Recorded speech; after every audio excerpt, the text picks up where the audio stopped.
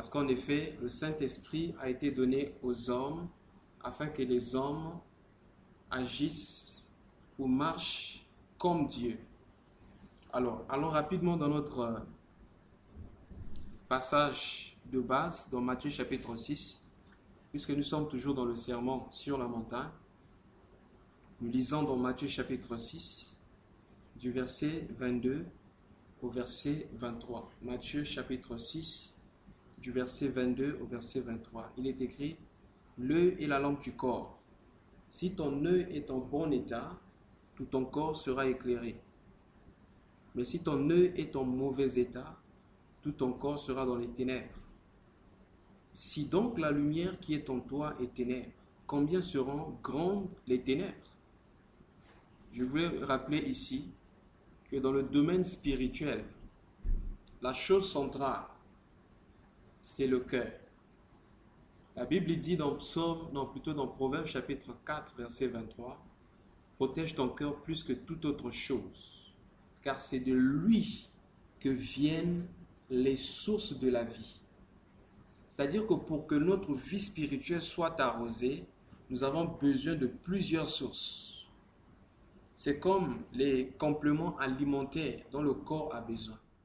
Le corps a besoin de plusieurs compléments alimentaires, mais pour que le corps soit soutenu, nous avons besoin d'utiliser tous les compléments alimentaires pour nourrir le corps. Et la Bible dit, les sources d'eau, plutôt les sources de vie, proviennent du cœur. Et lorsqu'on parle du cœur ici, ce n'est pas l'appareil que nous avions dessiné lorsque nous étions au CM2 ou encore en troisième, lorsqu'on faisait le croquis, le croquis du cœur. Mais le cœur ici, c'est quelque chose d'invisible, c'est bien aimé, ce que nous ne pouvons pas voir. Et c'est là-bas que Dieu demeure. Alors, le Seigneur Jésus dit ceci: l'œil est la lampe du corps. Si ton œil est en bon état, tout ton corps sera éclairé. Mais si ton œil ne voit pas bien, tout ton corps sera dans les ténèbres. Et nous étions en train de parler du prophète Ésaïe. Dans Ésaïe chapitre 6, Ésaïe a dit que c'était la Bible dit que c'était à la mort du roi Osias que Ésaïe va voir le Seigneur assis sur un trône très élevé. Et le pan de sa robe remplissait le temple. Nous avons déjà expliqué que lorsque l'œil du cœur commence à voir correctement, nous allons voir Dieu assis sur le trône, étant au contrôle de tout. Et le pan de sa robe remplit le temple. Et lorsque le cœur fonctionne bien, nous allons permettre que le Seigneur remplisse nos cœurs et nous allons totalement dépendre de lui. Le prophète Ésaïe a vu aussi une autre vision, la vision des chérubins. La Bible dit, il y avait les chérubins qui étaient autour du Seigneur, autour du trône du Seigneur, et ces chérubins avaient 6 ailes. Il y avait 2 ailes qu'ils utilisaient pour couvrir le visage. Le visage, avant de parler de l'identité. Il y avait 2 ailes qu'ils utilisaient pour couvrir les pieds. Les pieds, nous avons parlé du zèle de l'évangile, ou nos œuvres que nous faisons, le service pour le royaume de Dieu. Et nous avions dit qu'il y avait aussi 2 ailes qu'ils utilisaient pour voler, c'est-à-dire monter vers le ciel. Alors, nous avions dit ceci, que si nous sommes de Dieu, et que si nous marchons avec Dieu, si l'œil du cœur fonctionne correctement, alors nous allons commencer à voir comme Dieu. Parce que l'œil du cœur voit le cœur. Or, il est écrit que l'homme regarde à ce qui frappe aux yeux, mais le Seigneur regarde au cœur. Hier, nous avions lu ce passage de 1 Samuel chapitre 16, où le prophète Samuel voulait choisir Eliab parce qu'il était grand de taille, parce qu'il était certainement beau par rapport à l'apparence. Il croyait que c'était lui le roi. Mais Dieu dit à Samuel, c'est pas lui je l'ai rejeté, car si l'homme regarde à ce qui frappe aux yeux, mais Dieu, lui, regarde au cœur. Donc, avoir les yeux du cœur, bien aimé, c'est voir les choses comme Dieu les voit. Alors, nous allons encore lire ce que nous avons lu hier et continuer là où nous nous sommes arrêtés et amorcer, si possible, une autre partie, un autre aspect de l'œil du cœur. Nous allons prendre Psaume chapitre 16. C'était dans Psaume chapitre 16, le verset 8, je pense. Psaume chapitre 16. Et nous allons lire Psaume chapitre 16, le verset 8. Il est écrit: Je contemple l'Éternel constamment devant moi. Quand il est à ma droite, je ne chancelle pas. Dans une autre version, il est écrit: J'ai constamment sous mes yeux l'Éternel. Quand il est à ma droite, je ne chancelle pas. Qu'est-ce que la Bible nous montre là? Puisque hier, nous avions lu le passage de Genèse chapitre 17, où Dieu dit à Abraham, il appelle Abraham en disant: Je suis le Dieu Tout-Puissant, marche devant ma face et sois intègre. Mais ici, le psalmiste dit: J'ai constamment le Seigneur devant moi. Alors cette fois-ci, c'est comme si le Seigneur se trouve devant la personne. Alors cela, puisque nous parlons de l'œil, nous voulons dire ceci. Lorsque le psalmiste dit: J'ai constamment le Seigneur devant ma face, ou constamment le Seigneur devant mes yeux, ça veut dire que avant de voir quoi que ce soit, il commence par voir d'abord Dieu. La Bible dit dans le livre de Romains chapitre 13, revêtez-vous du Seigneur Jésus-Christ, n'ayez pas soin de la chair pour en satisfaire les convoitises. Je crois que c'est Romains chapitre 13, le verset 14. Quand la Bible dit revêtez-vous du Seigneur Jésus-Christ, ça veut dire que lorsque je me revêt du Seigneur Jésus-Christ, mes yeux deviennent les yeux du Seigneur Jésus-Christ.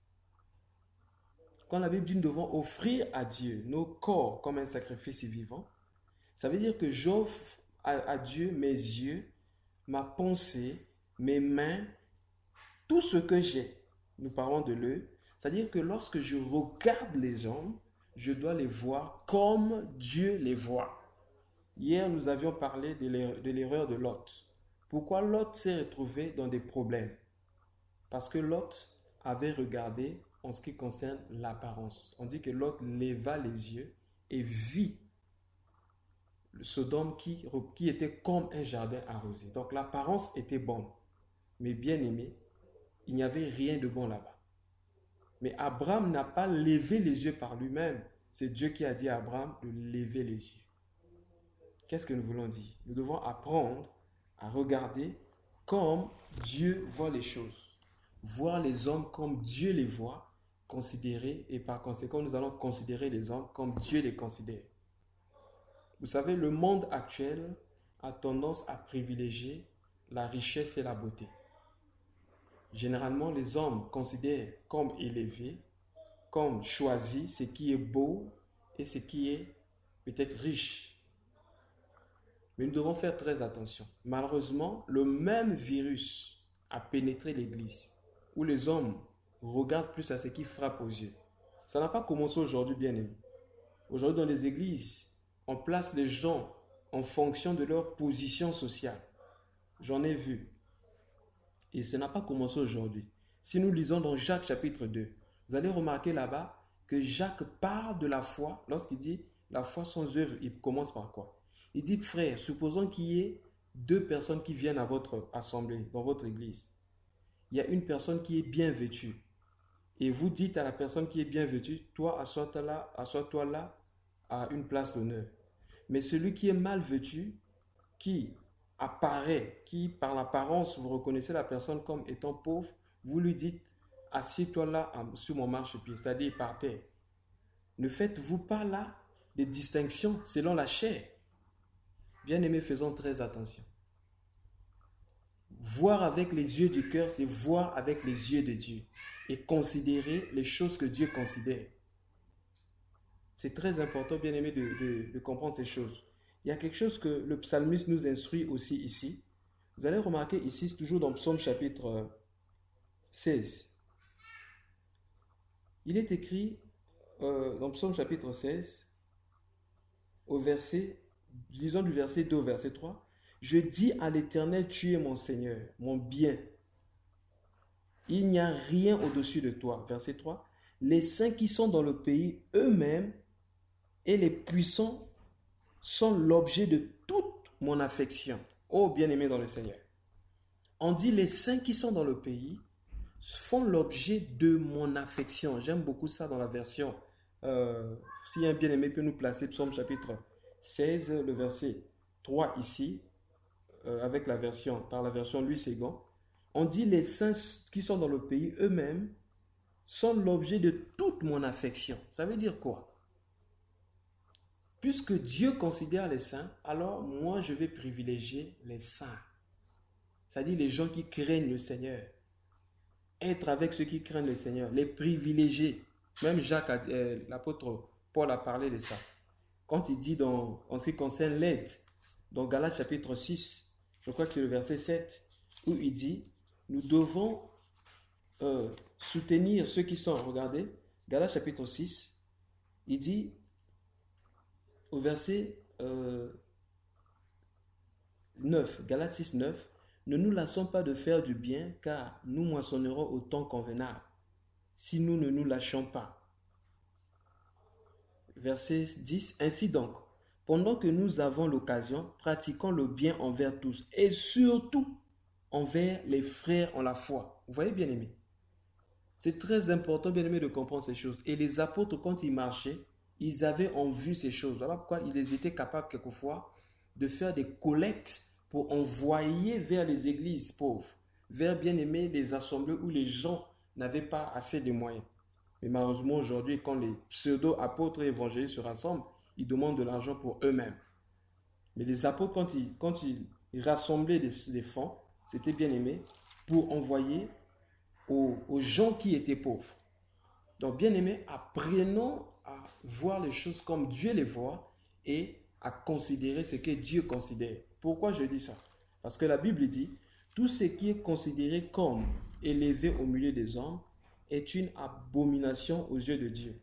Lisons ça un peu dans Luc chapitre 16. Dans Luc chapitre 16, verset 15, voici ce qui est écrit.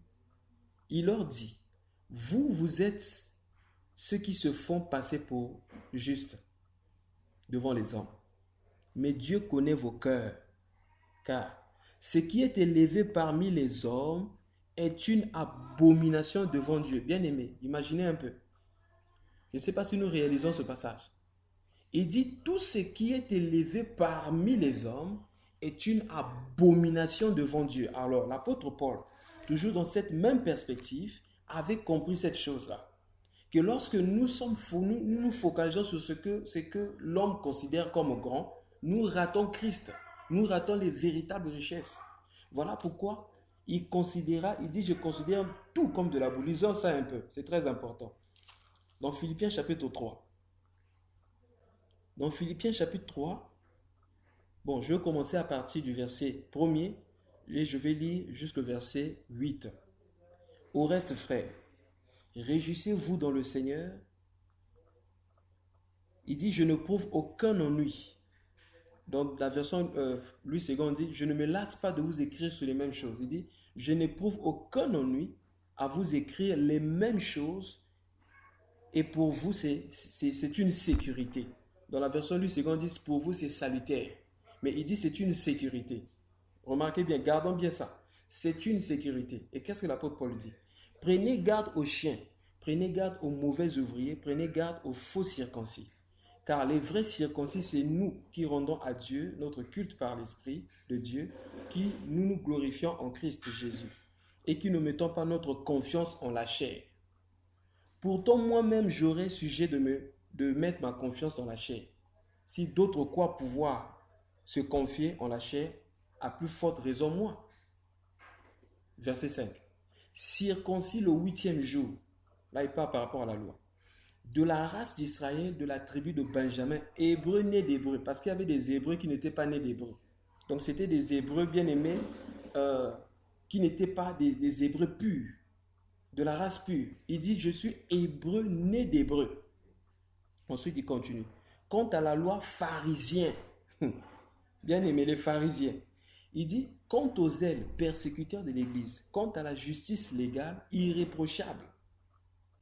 Mais ce qui était pour moi un gain, je l'ai considéré comme une perte à cause du Christ. Et même, je considère tout comme une perte à cause de l'excellence de la connaissance du Christ Jésus, mon Seigneur. À cause de lui, j'ai accepté de tout perdre et je considère tout comme des ordures afin de gagner Christ. Bien-aimé dans le Seigneur, ce que l'apôtre Paul venait de citer ici, c'était des choses qui faisaient la fierté bien-aimée en Israël. Vous savez que le peuple d'Israël, même Pierre, je dis bien, même Pierre qui a marché avec Jésus, après le baptême, après être baptisé du Saint-Esprit, avait toujours bien aimé cet esprit sectaire, l'esprit où les Juifs ne pouvaient pas se rassembler avec n'importe qui. À tel point que dans Galates chapitre 2, je crois, l'apôtre Paul va exposer cette façon de faire. Parce que pour eux, c'était une fierté d'être juif, c'était une fierté d'être circoncis. Mais bien aimé, toutes ces choses ne concernaient que les choses extérieures. Et par ça, on ne pouvait pas rendre un culte agréable à Dieu. Combien bien-aimés aujourd'hui considèrent comme une fierté, une position dans la société, avoir un nom quelconque, un nom connu, une fierté par exemple parce qu'on a acheté un tel habit, etc. Mais la Bible dit pour recevoir Christ, c'est-à-dire tout ce que les hommes considèrent comme être élevé, nous devons commencer à considérer ces choses comme de la bouffe, comme des ordures. J'aime beaucoup cette version. Je considère tout comme des ordures afin de gagner Christ. Bien aimé, pour gagner Christ, nous devons nous débarrasser, nous dépouiller de tout ce qui glorifie la chair. D'autres peuvent se glorifier, bien aimé, dans leur diplôme. Bien aimé, même si nous ne le disons pas avec notre bouche, mais lorsque déjà dans notre cœur, nous sentons comme une sécurité. Je me dis une sécurité. Avoir une position de d'autres encore, ça peut être bien aimé le compte bancaire. J'ai assez d'argent dans le compte. Je considère ça comme une sécurité. Ou même bien aimé, les œuvres que nous faisons en Christ, le fait de prier, le fait bien aimé par exemple de jeûner, le fait bien aimé de donner à Dieu, on considère ça comme une fierté. Pour ce que nous pouvons vraiment, nous sommes plus que les autres à cause de ça. Bien aimé, savez que nous ne considérons pas ces choses comme de la perte. L'apôtre Paul, par rapport à sa position, il dit qu'il avait raison de se glorifier. Mais il savait que s'il se glorifiait dans ces choses, il ne pouvait pas gagner Christ. Parce que pour avoir Christ, il faut d'abord commencer par se dépouiller de tout. Le secret pour avoir Christ, il faut se dépouiller de toutes ces choses. Considère toutes ces choses comme une perte afin de gagner Christ. C'est ce que l'apôtre Paul avait compris.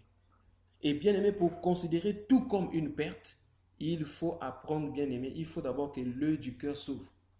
Parce que si les yeux du cœur ne s'ouvrent pas, nous n'allons pas voir les choses comme Dieu les voit. Nous allons voir les choses comme les hommes et par conséquent, considérer ce que l'homme considère. Hier, nous avons parlé du prophète Samuel. L'homme qui parlait avec Dieu. L'homme de qui il est dit qu'aucune de ses paroles n'est tombée par terre.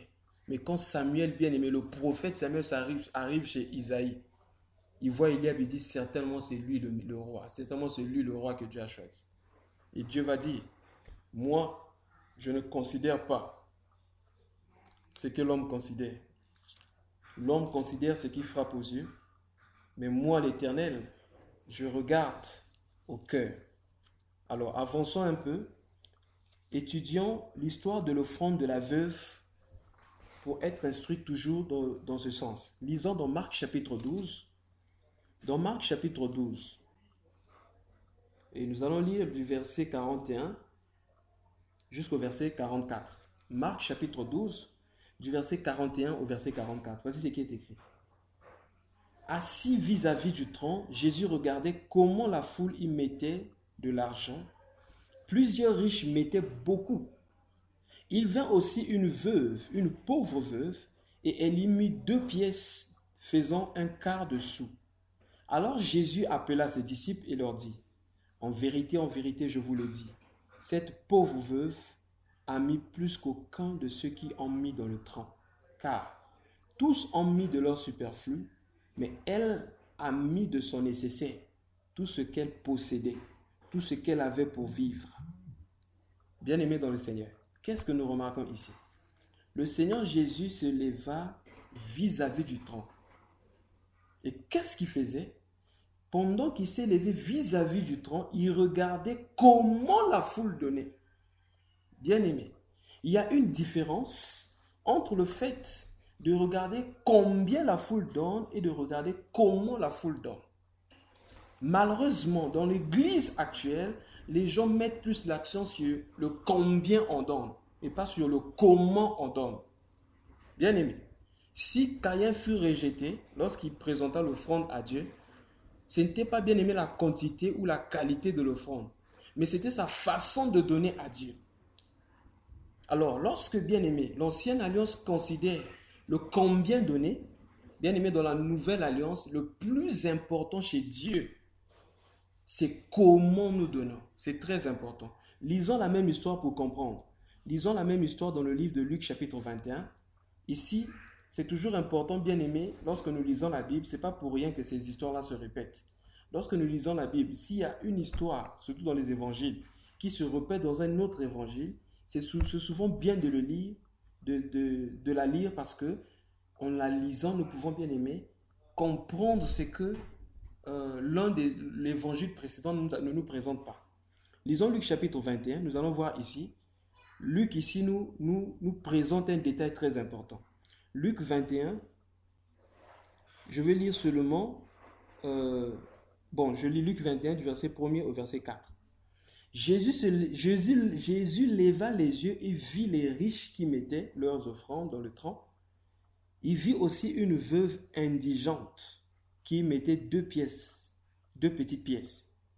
Et il dit, je vous le dis en vérité, cette pauvre a mis plus que tous les autres, car c'est de leur superflu que ceux-là ont mis dans les offrandes de le tronc, mais elle a mis de son nécessaire, tout ce qu'elle avait pour vivre. Bien aimé, qu'est-ce que nous remarquons ici? La Bible dit, Jésus leva les yeux et vit. Ah, c'est très important. Or, la Bible dit dans le livre de Marc, assis vis-à-vis du tronc, Jésus regardait. Or, Luc ici nous présente que, avant de regarder, Jésus avait levé les yeux. Bien aimé, entre nous soit dit, le tronc dans lequel on place l'offrande se trouve en haut ou en bas. Généralement, le tronc se trouve en bas. Jésus devait baisser les yeux pour voir comment les gens plaçaient l'argent dans les offrandes, puisque les offrandes, on ne les jetait pas en l'air. On les plaçait dans le tronc. Donc, pour que Jésus voie comment les gens plaçaient l'argent dans le tronc, il devait baisser les yeux. Mais la Bible dit ici, Jésus leva les yeux. Ah, bien aimé, quand la Bible dit Jésus leva les yeux, c'était pour dire que ici, le Seigneur voyait selon Dieu. C'est-à-dire, il voyait les choses comme Dieu les voyait. Alors, si dans l'ancienne alliance, la Bible nous présente le combien donné, dans la nouvelle alliance, on ne parle pas de combien donné, mais comment donner. Parce que le plus important chez Dieu, ce n'est pas ce que nous donnons, mais ce que nous sommes d'abord.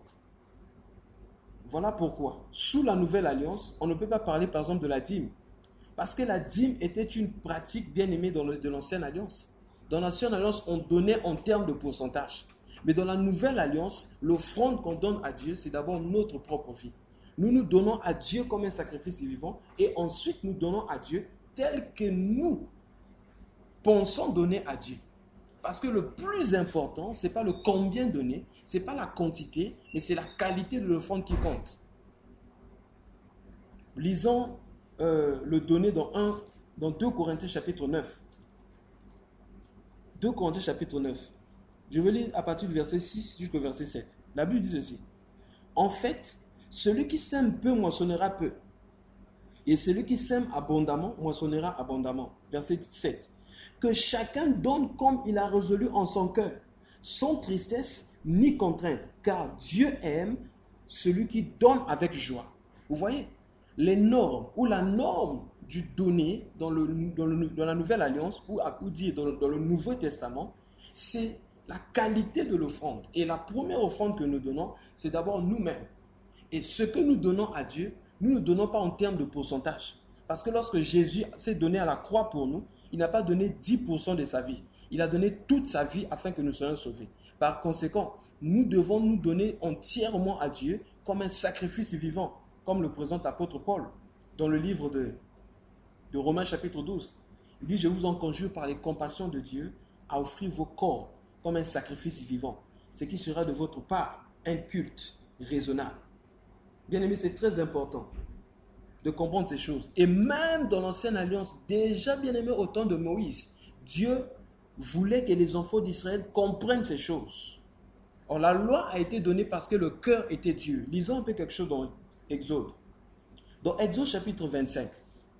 Dans Exode chapitre 25, du premier verset jusqu'au deuxième verset. Voici ce qui est écrit. L'Éternel parla à Moïse et dit, parle aux enfants d'Israël qu'ils présentent une offrande pour moi. Vous le recevrez, vous prélèverez cette offrande de la part de tout homme au cœur généreux. Dans d'autres versions, on dit, vous le prendrez de tout homme qui le fera de bon cœur. Parce que le plus important, c'est le comment tu donnes, pas le combien tu donnes. Malheureusement, aujourd'hui dans les églises, on insiste plus sur le combien tu donnes. Il faut beaucoup donner. Ce n'est pas mauvais de beaucoup donner. Mais le plus important, est-ce que nous donnons de bon cœur ou nous donnons, bien aimé, par contrainte? Puisqu'aujourd'hui, dans certaines églises, il y a maintenant les cahiers de dîmes, les fiches de dîmes. On a déjà classé les mois. Si tu n'as pas donné, là, l'homme de Dieu t'interpelle. Et il y a des versets comme ça, bien aimé, pour effrayer le peuple de Dieu. Malachie chapitre 3.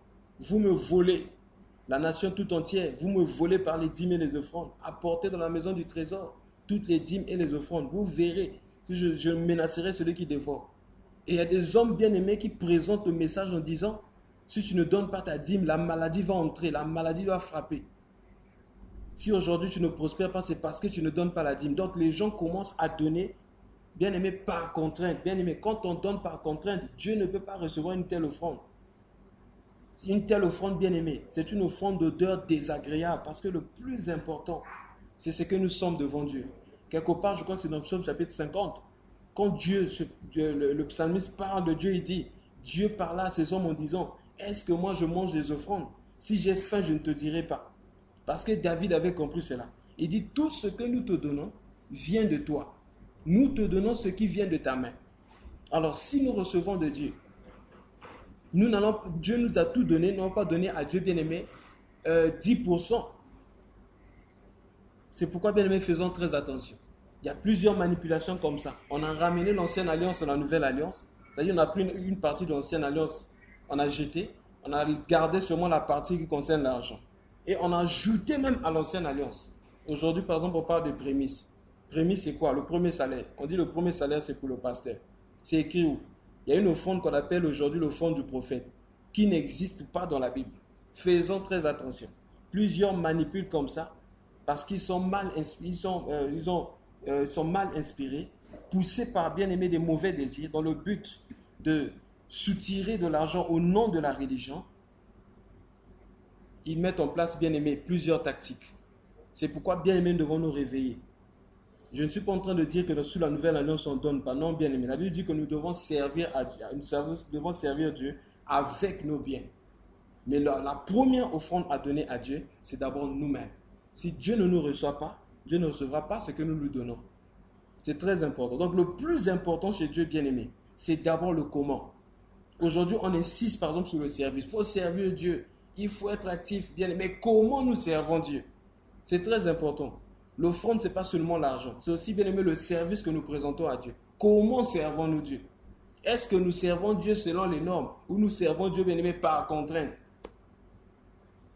Il peut arriver que mes bien-aimés, même tel qu'on prie comme ça chaque soir, on peut bien-aimé prier par contrainte. Ah oui, si je ne prie pas, peut-être que les bien-aimés vont commencer à se poser des questions. Bien-aimé, moi, j'avais des moments comme ça.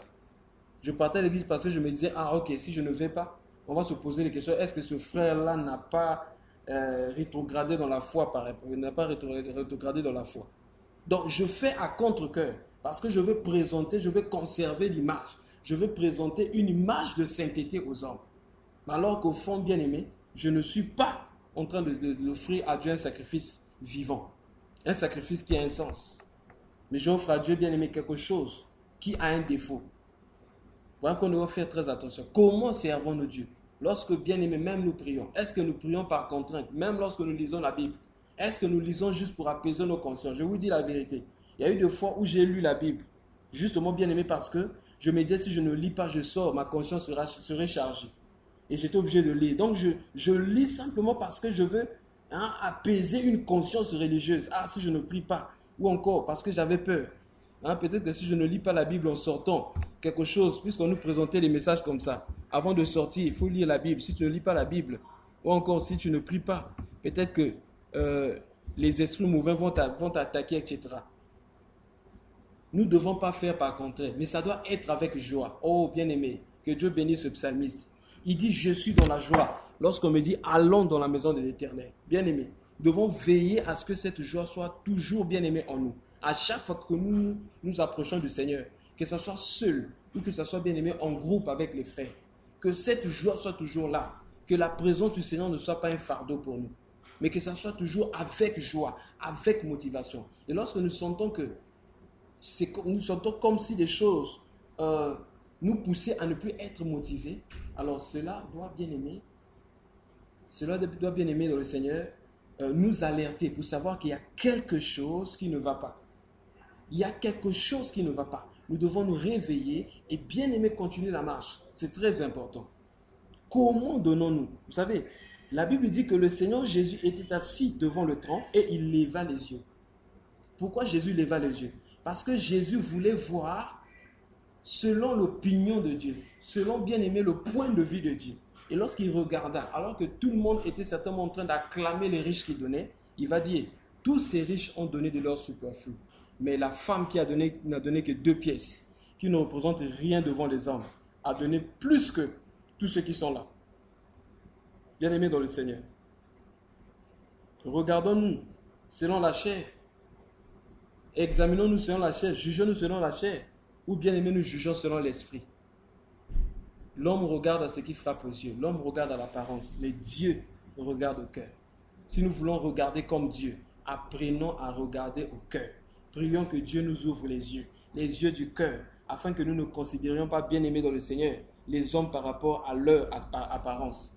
Parce que quelqu'un peut paraître religieux extérieurement, religieux même dans son langage. Puisqu'aujourd'hui, il y a des langages, des religieux.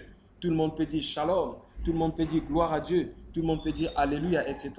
Mais n'est pas être de Dieu. Faisons très attention.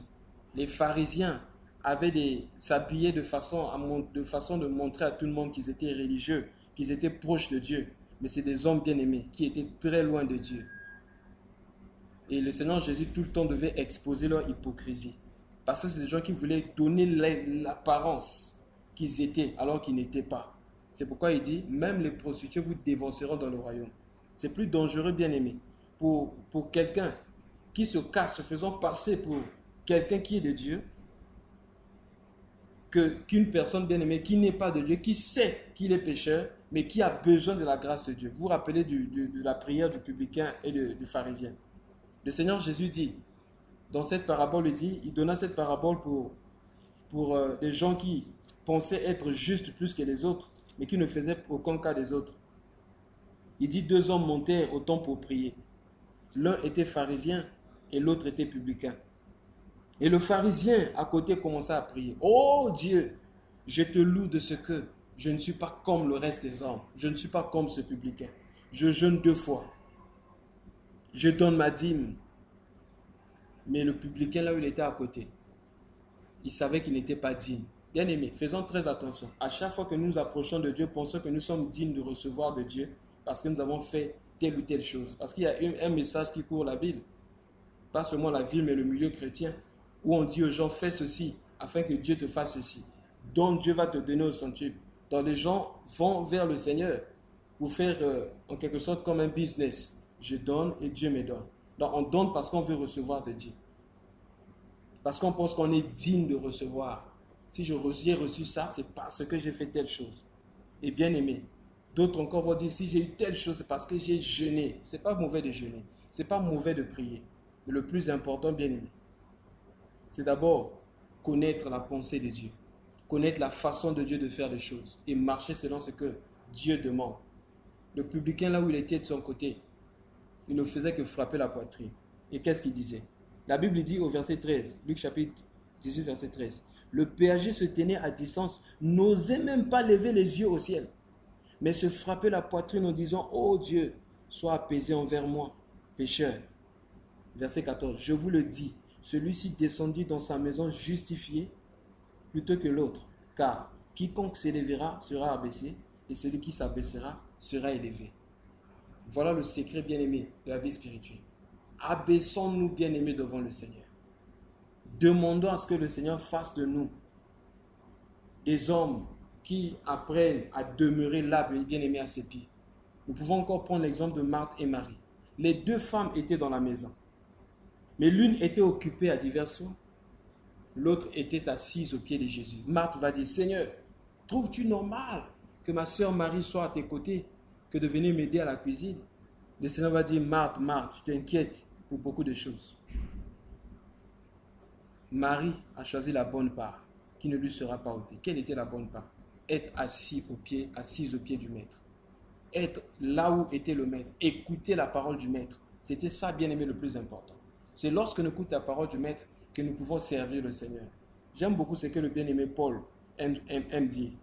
Lorsqu'on va au restaurant, bien-aimé, celui qui sert, le servant, celui qui sert bien-aimé, ne vient pas directement avec n'importe quelle nourriture. Mais on nous présente le menu. Quand on nous présente le menu, on donne, bien-aimé, le désir, c'est-à-dire on communique le désir de notre cœur à celui qui sert, afin qu'on nous apporte le plat que nous demandons. C'est comme ça aussi avec le Seigneur. Lorsque nous sommes à ses pieds, nous apprenons à connaître le cœur de Dieu. Aujourd'hui, plusieurs personnes cherchent à à connaître, bien-aimé, les mystères de Dieu, la puissance de Dieu. Mais quelquefois, bien-aimé, nous ne dirigeons pas nos cœurs vers le cœur de Dieu pour connaître ce que Dieu veut. Voilà pourquoi les yeux du cœur, quelquefois, ne voient rien. Si nous pouvons, bien-aimé, diriger nos cœurs vers le cœur de Dieu pour connaître sa pensée, pour connaître ses désirs, bien-aimé, les yeux du cœur vont s'ouvrir. Et nous allons voir que, bien-aimé, il y a beaucoup de choses pour lesquelles, bien-aimé, nous époumonnons, beaucoup de choses, bien-aimé, pour lesquelles nous courons après, quelquefois qui ne sont pas, pour Dieu, qui ne sont pas vraiment des choses nécessaires pour le royaume, qui ne sont que des détails. Quelquefois, nous tapons à côté de l'essentiel. Nous frappons à côté de l'essentiel, à côté de ce qui est primordial, parce que, bien-aimé, nous regardons ce qui frappe aux yeux. Bien-aimé, la Bible dit, si ton cœur, plutôt si ton œil ne voit pas bien, tout ton cœur, plutôt tout ton corps sera dans les ténèbres. Mais si ton œil voit clair, alors tout ton corps sera éclairé. Pour recevoir cette lumière, c'est lorsque nous sommes auprès de celui qui nous éclaire. Prions, bien-aimés, tout le temps. Demeurons, bien-aimés, dans la présence du Seigneur.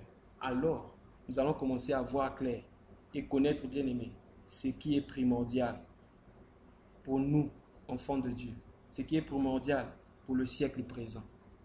Pour clôturer, je vais prendre l'exemple d'un homme dans la Bible. Cet homme s'appelait Géasi. Je crois que nous le connaissons tous. Vu le temps, on ne va pas lire. C'est dans le livre de 2 Rois chapitre 5. Géasi, c'était le serviteur du prophète Élisée. Lorsque Naaman, le Syrien Naaman, le Syrien fut envoyé auprès d'Élisée pour être guéri de sa lèpre, Élisée avait refusé de prendre ce que Naaman voulait offrir comme présent après sa guérison. Mais Géasi était reparti là-bas pour chercher à prendre ce que Élisée avait refusé. Et le pire, c'est que lorsqu'il est parti là-bas, il va mentir au nom de l'homme de Dieu. Il dit, l'homme de Dieu a reçu 2 invités là-bas. Quels étaient ces 2 invités? Bien aimé, moi je connais le nom de ces 2 invités. C'était la convoitise et le mensonge. Voilà les 2 invités que l'homme de Dieu avait reçus. Il était rempli de convoitise et il était rempli de mensonge. Voilà pourquoi il va mentir au nom de l'homme de Dieu. Il a reçu 2 invités. Alors que ce n'était pas l'homme de Dieu qui les avait reçus. C'est lui-même qui avait reçu ces 2 invités dans son corps, dans son cœur. Il va mentir au nom de l'homme de Dieu. Et il va dire, donnez-moi. Il va demander un certain nombre de choses. Et on va donner la richesse, les habits et de l'or, etc. à l'autre là, à Géasi. Quand il revient vers l'homme de Dieu lui pose la question, où étais-tu? Il dit, j'étais juste derrière là me promener. J'aime ce qu'Élisée dit, c'est ce que nous allons lire dans 2 Rois chapitre 5. Pour connaître vraiment l'histoire, lisez tout le chapitre de 2 Rois chapitre 5. 2 Rois chapitre 5 du début à la fin. Mais nous allons prendre juste les deux derniers versets, le verset 26 et prenons du verset 25 au verset 27. 2 Rois chapitre 5, du verset 25 au verset 27. Je lis. Puis il vint lui-même, se présenta devant moi, devant son Seigneur. Élisée lui dit, d'où viens-tu, Géasi? Il répondit, ton serviteur n'était allé ni d'un côté ni d'un autre.